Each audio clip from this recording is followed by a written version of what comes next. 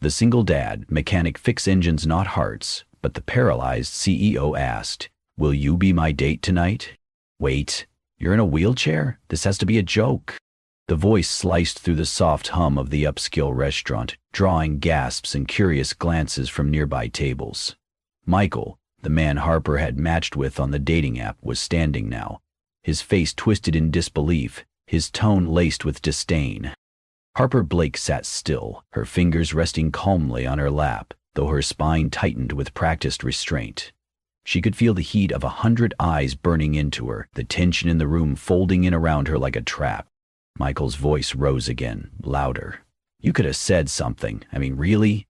You expect a guy to show up to a date and just, what, pretend this is normal?" He gestured toward her wheelchair, as if it were some sort of punchline. The whisper started almost immediately. "Isn't that Harper Blake? The CEO? The one in biotech? In a wheelchair? Damn. Blind date gone wrong." Harper's heart beat steadily, but her stomach churned. 5 years since the accident. 5 years since she lost the use of her legs. In that time, she'd rebuilt her life, brick by brick. Her company, her confidence, her poise. She had learned how to wield silence like a shield. But tonight, the shield cracked. Michael scoffed and grabbed his coat. "Yeah, no thanks. I don't do pity parties." He turned and stormed out, leaving Harper alone in a room full of people too polite to interfere and too curious to look away. Until one man did. "I think that's enough." The voice wasn't loud, but it cut clean through the murmurs. Heads turned again. A man, late 30s, tall, broad shoulders under a navy work shirt, stood near the entrance, tool bag still slung over one arm. His clothes were worn, a smudge of grease on his collar. Not a guest, not a server, just a man who happened to be passing by. Marcus Hayes, the name on his patch read. He stepped forward, his gaze steady and calm. "Is she bothering anyone here? Or just trying to eat dinner like the rest of you?" Silence. Harper looked up at him, surprised, cautious. He didn't avert his eyes like the others. He didn't glance at the wheelchair. He looked at her. Marcus glanced at the empty chair across from her, then met her gaze again. She smiled, almost shyly, and said, "Will you be my date tonight?" A beat passed.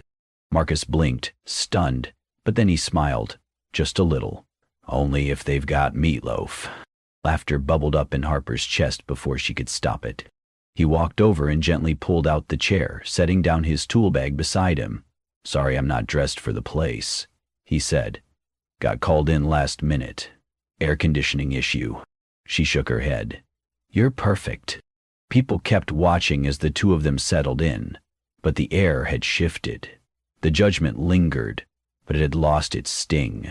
The two of them were creating their own bubble now, one that hummed with quiet defiance and something more human. The waiter, unsure, returned. "Would you still like to order, ma'am?" "Yes," Harper said clearly. "2 of whatever the chef recommends." Marcus leaned forward slightly. "You come here often?" "Only when I feel brave," Harper replied. They talked. Not about jobs, not about wheelchairs or broken things. They talked about old movies, and why toasts always taste better at night, and how Marcus once got locked inside a walk-in freezer for an hour during a repair call. Harper laughed so hard she almost knocked her water over. Almost. The linen napkin on her lap slid to the floor. She reached for it reflexively, but Marcus was already there. He bent down, picked it up, and then without hesitation, reached gently for her ankle. Carefully, respectfully, he lifted her foot back onto the metal footplate of her chair and smoothed the napkin back onto her lap. No awkwardness, no hesitation. Just kindness. Harper froze. It had been years since anyone touched her that way, not with sympathy, not with pity, but with quiet understanding. Her eyes burned. "Thank you," she whispered. Marcus smiled. "You dropped something, that's all." They went back to their meal. The murmurs faded. The stares turned away. And for the first time in a very long time, Harper felt seen, not as a CEO, not as a woman in a wheelchair, just as a woman, And for tonight, that was everything. The following week, Harper found herself parked at the edge of a small diner parking lot on the east side of town. It was a far cry from the sleek, glass-walled restaurants she usually frequented. But Marcus had sent a message. "Best pancakes in the city, trust me." So she did. The bell over the door jingled as she rolled inside. The place smelled like coffee, old wood, and maple syrup. Marcus was already at a booth near the window, sipping from a chipped mug. He stood up instinctively when he saw her, then chuckled and rubbed the back of his neck. "Still forget sometimes," he admitted. "I'll take it as chivalry," Harper smiled. They sat across from each other, her in her chair, him in his Navy work uniform, sleeves rolled up, grease still under his nails. He didn't apologize for it. She didn't mind. "You look less corporate today," he said, eyeing her jeans and soft sweater. "And you look like you fixed 3 different things before breakfast." "4, he said proudly. "Car battery, a leaking water heater, an old AC unit, and a microwave that was secretly just unplugged." She laughed. "You do it all, huh?" Marcus nodded, eyes warm. "Whatever keeps the lights on. I fix cars during the day, HVAC jobs at night, construction gigs on the weekend when my mom can watch Noah." "Your son," Harper said softly. He nodded again. 6 years old. Loves dinosaurs, hates broccoli. Thinks I'm a superhero because I can carry 2 grocery bags in one hand." She tilted her head. "You kind of are." Marcus looked surprised, then bashful. "I don't know about that." "I do," she said. "You're doing all of it alone." He shrugged, but his shoulders were tight. His mom left when he was barely walking. Couldn't handle the long nights or the long bills. Said I wasn't going anywhere in life. Harper's fingers wrapped around her coffee cup. "And yet here you are." He glanced at her then, something in his expression unreadable. "Yeah, and here you are." They shared a small silence, not uncomfortable, just full. "I know you're someone important," he said eventually, "even if you never say it." She looked out the window. "Sometimes it's easier to be nobody, just for a little while. That's why you didn't tell that jerk at the restaurant who you really were." "I didn't want to be a headline. CEO in wheelchair gets stood up." It would have been everywhere. She smiled wryly. "Still might be." Marcus frowned. "People suck." She laughed again, lighter this time. "Not all of them." They left the diner as the sun dipped lower, casting long shadows across the pavement. As they approached the door, Marcus moved ahead and held it open, then gently wheeled her forward. The front step had a lip where the sidewalk dipped. Without a word, Marcus placed one hand on the back of her chair, the other beneath the footplate, and guided her down the step like he'd done it 100 times. Then, as a chill wind blew through the alley, he took off his worn denim jacket and draped it across her legs. Harper looked down, surprised. "You don't have to." "Wind's a bit harsh tonight," he said simply. She didn't respond right away.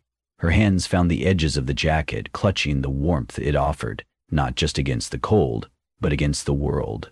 For a woman so used to being seen as fragile or untouchable, this man's gentle practicality was disarming.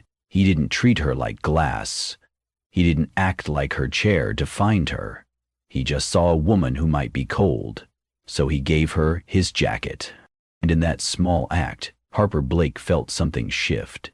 Admiration. Not the kind built on titles or wealth, but the kind rooted in quiet strength and long nights and a heart that didn't stop giving, even when no one was watching. The garage was smaller than Harper expected. Tucked between a laundromat and an old record store, Hayes Auto and A/C wore its years like a proud badge, faded paint, crooked sign, and the smell of motor oil in the air. But it was alive. The kind of place built by hands that cared. Harper wheeled herself carefully across the uneven pavement. Marcus had offered to meet elsewhere, but she had insisted. If this was part of his world, she wanted to see it. He stepped out from under the hood of a battered pickup, wiping his hands on a rag. "Didn't think you'd actually come." "I'm full of surprises," Harper said with a smile. "So who is this place?" He grinned, then paused. "There's someone I want you to meet." From behind a tall stack of tires peeked a boy with tousled dark curls and wide brown eyes. He looked to Marcus, then cautiously stepped forward. "Noah," Marcus said gently, "this is my friend, Harper." The boy tilted his head, studying her chair. Then, with complete sincerity, he asked, "Your chair has wheels like my bike." Harper blinked, then burst out laughing. "You're right, except mine doesn't do tricks, or go very fast." Oof. Noah nodded solemnly. "That's okay, my bike has a bell, but Dad won't let me ring it in the house." "Well," she said, leaning forward, "you can ring it for me any time." That seemed to settle something. Noah grinned and disappeared behind the tires, returning moments later with a dinosaur lunchbox and a juice box. He plopped down on a blanket in the corner, glancing at Harper every so often. Marcus rubbed the back of his neck. "He usually doesn't talk to people this fast. I think we bonded over wheels," she teased. After a while, Noah shuffled over, eyeing the iPad in Harper's lap. "Can that draw robots?" he asked. "It sure can." She opened a sketch app and handed it to him. He hesitated, then sat cross-legged beside her. Together, they started with square heads and rocket legs. Harper added little antennas and scribbled sound effects. Noah made sound effects with his mouth, giggling when she joined in. From the other side of the garage, Marcus watched silently. Her golden hair glowed in the afternoon light as she leaned toward his son, patient and kind, her laughter light and free. He had not seen Noah this animated in a long time. Later, when it was time to go, Harper found herself reluctant to leave. "Want to help me take Noah home?" Marcus asked. Harper blinked. "Are you sure?" "You passed the robot test," he grinned. "That's a big deal." So she did. The drive was short. Harper rode in the passenger seat of Marcus's old truck, the inside smelling faintly of crayons and pine air freshener. Noah sat in the back, chattering about his robot's name and how it could shoot marshmallows from its hands. When they reached the modest apartment building, Marcus opened Harper's door and helped with her chair like it was second nature. Harper wheeled herself over the curb slowly, and Noah walked beside her, pointing out cracks in the sidewalk like tour guide trivia. Inside the apartment, the walls were lined with artwork clearly done by a small hand. There was a framed photo of Marcus and a chubby-cheeked Noah at the beach, both covered in sand. Harper smiled at it. "Dad says sand is evil," Noah explained, "because it gets in the engine." "That sounds like a very wise man," she replied. She stayed for a little while, chatting with Marcus's mother, an elegant woman with tired eyes and a warm hug, before saying goodbye. As Marcus walked her back out, Noah stood at the doorway and asked, "Is she coming again, Dad?" Marcus didn't answer right away. But Harper turned in her chair, looked at the boy with a soft smile and said, "Only if it's okay with you." Noah beamed. And for Harper, who had spent years keeping people at arm's length, who had built walls made of achievement and steel, something shifted. It was the way the boy's face lit up, the way Marcus looked at her like she belonged in this simple, chaotic, beautiful life of his. It was not a business deal. It was not a headline. It was dinner in a garage, juice boxes and robot drawings. It was the beginning of something Harper did not even know she had been missing. A place, a presence, maybe even a family. It had started as a simple drop-off. Marcus had offered to pick up Harper on his way home, since Noah had asked if she could join them for dinner again. The boy's attachment was growing fast, and Harper couldn't deny it. It warmed her in a way she hadn't felt in years. That evening, as the scent of home-cooked pasta filled the apartment, and Noah excitedly showed off his latest robot drawing to his grandmother, Harper sat with Marcus on the small balcony overlooking the quiet street below. She sipped her tea. He leaned back in his chair, a rare moment of rest in a life full of movement. "He really likes you," Marcus said, watching his son through the window. Harper smiled. "He's incredible." Marcus hesitated, then said softly, "It wasn't always this easy with him." She turned to him, brows gently raised. "When he was just a year old, his mom walked out," he said. His voice was calm, but Harper could hear the steel beneath, the pain that had aged in silence. No note, no warning, just gone. "Oh, Marcus, I didn't even get angry at first, he said. I was just numb. I had a baby, a job I could barely keep, and no idea how to raise a child alone. Your mom helped? More than she should have had to. She kept us afloat while I took every job I could find. Day shifts, night shifts, weekends. Anything to keep food on the table. Harper looked down at her hands. You did all of that? By yourself? He glanced at her. That's why Noah doesn't open up to people easily. He clung to me and Mom. No babysitters, no family friends. Just us. Harper nodded, swallowing hard. Sometimes, Marcus added, I worry I made him too cautious, like he's carrying my trust issues and he doesn't even know it. A silence fell between them, not uncomfortable, but weighted, shared. Inside, Noah's laughter broke through the glass. Harper glanced over to see him trying to balance a spaghetti noodle on his nose, much to his grandmother's dismay. She smiled. I want to give him something, she said, wheeling herself back into the apartment. From her bag, Harper pulled out a small wrapped box. For me. Noah's eyes lit up as he tore into it. Inside was a sleek, voice-activated robot car with blinking lights and a few simple voice commands. I figured your robot drawings deserve some backup, Harper said. Noah pressed the button. Go! The car zipped across the room, did a spin and made a funny honking sound. Noah shrieked with joy and chased after it, calling out more commands. Marcus stood still, watching his son laugh so hard he nearly tripped over the couch cushion. His eyes stayed fixed for a long moment. His jaw slightly clenched. Harper noticed. You okay? She asked gently. He nodded slowly. Then, his voice rough. I've never seen him smile like that, since his mom left. Harper's breath caught in her chest. She wheeled closer to Noah, who had just flopped onto the rug, the robot car zooming in a circle around him. She reached out and without thinking pulled him into a soft hug. The boy didn't pull away. He nestled into her arms, small and warm and real. Harper closed her eyes, something inside her melting. For years, she had been a fortress, walled off, unreachable. She had convinced herself that love, family, belonging, those things were for people who could run toward them, not for someone stuck behind wheels in fear. But this tiny body against hers, this echo of laughter, this simple, shared space, felt like home. Marcus watched from the hallway, silent, moved. When Harper opened her eyes, she met his gaze. Neither of them said a word.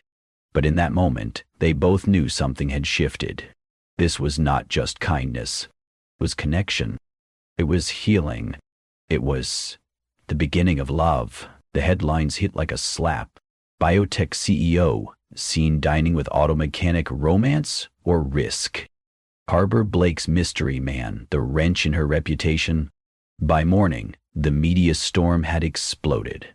Harper's assistant barely looked her in the eye as she placed the stack of tabloid clippings on her desk. Harper scanned the headlines in silence. Each line twisted the truth until it was unrecognizable. Photos of her and Marcus laughing with Noah, framed as evidence of a scandal. Her phone buzzed with messages from board members and PR reps, all demanding answers. At noon, her father walked into her office without knocking. Is it true? He asked coldly, tossing a printout onto her desk. You're seeing a mechanic? Harper stared at the grainy photo of Marcus, wiping sauce off her lip during dinner. She took a slow breath. Yes, she said, I am. Her father's jaw clenched. He's not our kind, you know that. I know he is kind, she replied, voice firm. I know he's good. And that's more than I can say for half the people in this building. He stepped closer, his voice low and sharp. You are the face of this company. Every move you make is scrutinized. You think a man like that will be allowed to stand beside you in this world? Maybe I do not want to stand in this world if it means pretending I'm something I am not, she shot back. His eyes narrowed. Do not make me choose between you and the company we built. She did not answer, and that, it seemed, was answer enough. That night, Marcus was late picking Noah up from daycare. He limped slightly as he walked, his shirt smudged with grease, a small cut on his cheekbone. "Mr. Hayes, everything okay?" the teacher asked, concerned. "Yeah, just got held up." In truth, he had been followed on his way back from a job site. 2 men, polished shoes, expensive watches.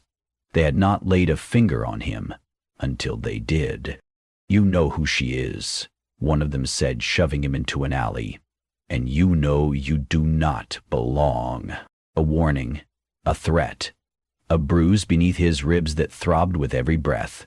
He said nothing to Harper. How could he? She was already under siege because of him. So he stopped answering her calls. He ignored the messages. "You okay? Call me, please. Marcus, talk to me." Then came the final one. "I met someone else. You deserve better." He typed it out slowly, stared at it for too long, then hit send. And just like that, he cut the thread. Harper stared at the screen, her vision blurring. She sat in the darkened kitchen, untouched tea cooling beside her. The message burned into her retinas. "I met someone else." It was a clean wound, sharp, surgical. No explanation, no goodbye, only silence. The kind of silence that echoed in her chest like a hollowed-out room. She tried to tell herself he was right, that maybe this was for the best, maybe they were never meant to fit in each other's lives. But the lie did not stick. She knew something was wrong, and it was not love that had ended things. It was fear. It was shame. It was the world breaking into something beautiful and trying to ruin it. And for the first time in 5 years, Harper Blake, the woman who had rebuilt her empire from a wheelchair, felt truly powerless. She closed her laptop slowly and cried. Not because of the headlines, not because of her father, but because someone who had once seen her, really seen her, had walked away, and she had led him. Rain fell in sheets, blurring the city into streaks of gray and silver. Harper wheeled herself down the nearly empty sidewalk, her coat soaked through, hair plastered to her cheeks. The rims of her wheelchair squeaked with every turn. People rushed past, umbrellas overhead, heads down. No one looked at her. No one ever really did. Her fingers trembled on the wheels. She had not meant to end up here. But somehow, her heart had pulled her to the block, where Marcus's garage stood quiet behind its closed gates. She stopped in front of it, staring at the darkened windows. No lights, no movement. Her chest ached in a way no painkiller could fix. How had everything unraveled so fast? She had let herself hope, let herself feel, and he had left. She pressed her lips tight, refusing to let the tears come again, but they did anyway, and the rain swallowed them whole. A sudden screech tore through the street. Harper turned. A silver SUV skidded at the intersection, hydroplaning, spinning, tires shrieking against wet asphalt, and it was heading straight for her. She froze. No time to move, no time to think. Blur of motion. Then arms, strong, familiar, wrapped around her, lifting her from the chair with shocking force. The world tilted. The SUV swerved, missed the chair by inches, and slammed into a streetlight with a thunderous crunch. But Harper was on the sidewalk, in Marcus's arms. Safe, soaked, shaking, but safe. He held her as if he could not believe she was real. "Marcus," she whispered, her voice breaking. He didn't speak at first, just looked at her. Rain ran down his jaw. His shirt clung to his chest. His eyes, those steady, storm-colored eyes, were filled with something raw. "I saw you," he said, voice low, "in the rain, and I ran." She stared up at him, barely able to breathe. "I thought pushing you away would protect you," he continued. "From the media, from your father, from people who think I don't belong in your world." His grip tightened, his forehead resting against hers. "But I was wrong." Harper blinked fast, her breath hitching. "I don't need protection," she choked out, tears mixing with the rain. "I need you." The words hung between them, heavy and fragile. And then she was crying in earnest, sobbing into his chest, her fingers curled into his shirt. Marcus wrapped his arms around her tighter, anchoring her. "I'm sorry," he whispered, "for everything." "I thought you stopped caring," she said, voice shaking. "I never stopped," he said. "I just didn't think I was enough." Harper pulled back slightly to look at him. "You were always enough," she said. "You were the only real thing in all of this." The silence that followed was different now, soft, forgiving. He brushed the wet hair from her face. "I missed you," he said. "I missed us," she replied. For a long moment, they just held each other. The rain kept falling. The city kept moving. But for the first time in weeks, Harper felt still. She had been running from the truth just like he had. But here, in the storm, it had found them, and neither wanted to let go. The Blake estate was the kind of place that echoed power. White stone columns, manicured gardens, a sweeping driveway that gleamed even under the overcast sky. Marcus had never felt more out of place in his life. He stood beside Harper, dressed in the cleanest shirt he owned, Noah's small hand wrapped tightly around his. Harper sat upright in her wheelchair, chin raised, blue eyes steady. Inside, the tension was immediate. Charles Blake waited in the sitting room, flanked by two of his advisors. His gaze swept over Marcus like he was dirt tracked across marble floors. Then it landed on Noah. "A child?" he said flatly. "You brought a mechanic and his child to my home?" "Good evening, sir," Marcus said quietly. Harper didn't flinch. "I asked them to come." Her father's expression didn't change. "Harper, this spectacle has gone far enough. The press is having a field day. Your board is furious. You can't keep associating with the man I love," she cut in.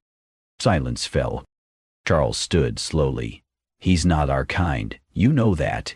"I do," she said. "And maybe that's a good thing."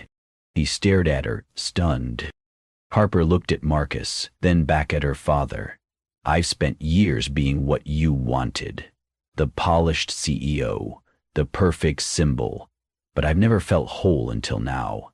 Noah shifted nervously, still holding Marcus's hand. "And if you force me to choose," Harper said, voice steady, "I'll step down. From the company, from the board, from everything." Marcus's breath caught. She turned to him, eyes soft. "I don't need the world," she whispered. "I just need you, when I can't stand on my own." That was when Noah stepped forward. He looked up at Charles Blake, unfazed by the towering man before him. "She makes my dad happy," he said, his voice clear. "That's good, right?" Charles blinked. It was as if something cracked behind his eyes. For a long, unbearable moment, no one moved. Then, quietly, Charles sat back down. He didn't speak, didn't nod, but he didn't object, didn't demand they leave. And somehow that silence was louder than any blessing. Harper exhaled, tension easing from her shoulders. Marcus knelt and pulled Noah gently back to his side. "Thanks, champ," he murmured. Harper turned to Marcus again. Her eyes were shining. He reached for her hand. Whatever came next, press, board, headlines, they would face it together. Not just as two people from different worlds, but as a family.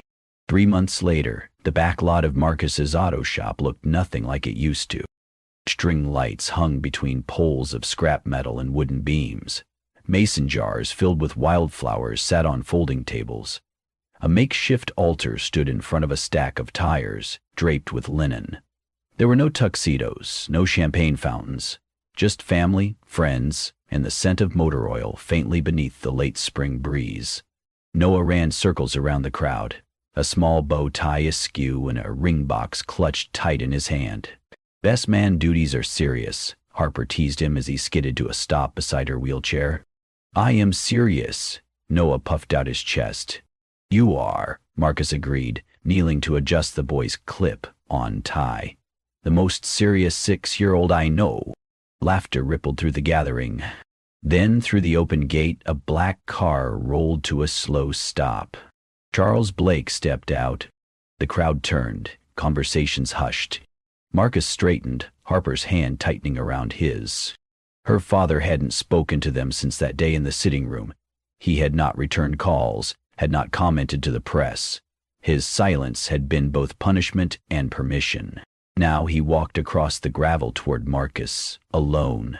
Everyone watched. Charles reached into his coat pocket and pulled out a wrench. Old, worn, its handle smoothed by years of use. He held it out to Marcus. "You fix machines," he said, voice low but firm.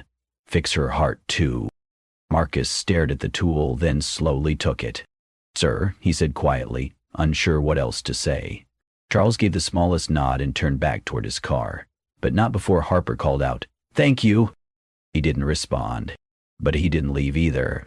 He stood in the back as the ceremony began. There was no priest, just Harper's best friend officiating with tears in her eyes. Noah handed over the rings with great seriousness. Harper wore a simple ivory dress that flowed over her chair like a river of silk. Marcus wore his cleanest blue shirt and the same boots he wore to work, polished to a shine. When it was time for vows, Harper turned to Marcus, voice shaking with emotion. "I used to think I was broken," she whispered, "but you made me believe again." Marcus took her hands gently. "One part at a time," he said. "That's how we fix things." They kissed beneath the makeshift arch as cheers broke out around them. Later, as the sun dipped low and the sky blushed orange, the three of them sat on a blanket near the edge of the lot. Marcus was bent over Noah's